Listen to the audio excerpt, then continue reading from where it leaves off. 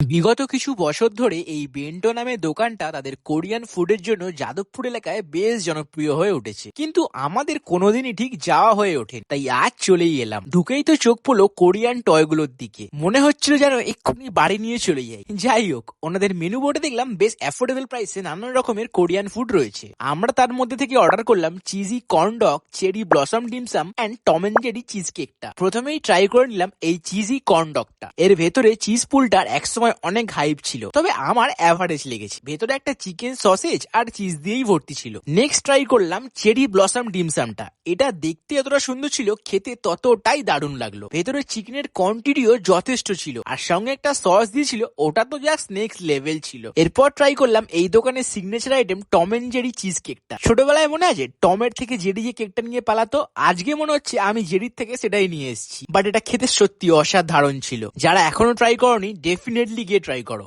সকাল 11:30 থেকে রাত্রি 10টা অবধি। যাদবপুর 8B বাস স্ট্যান্ড থেকে ইউনিভার্সিটির দিকে ঢুকে এলেই বাঁ দিকে এই বেন্টো।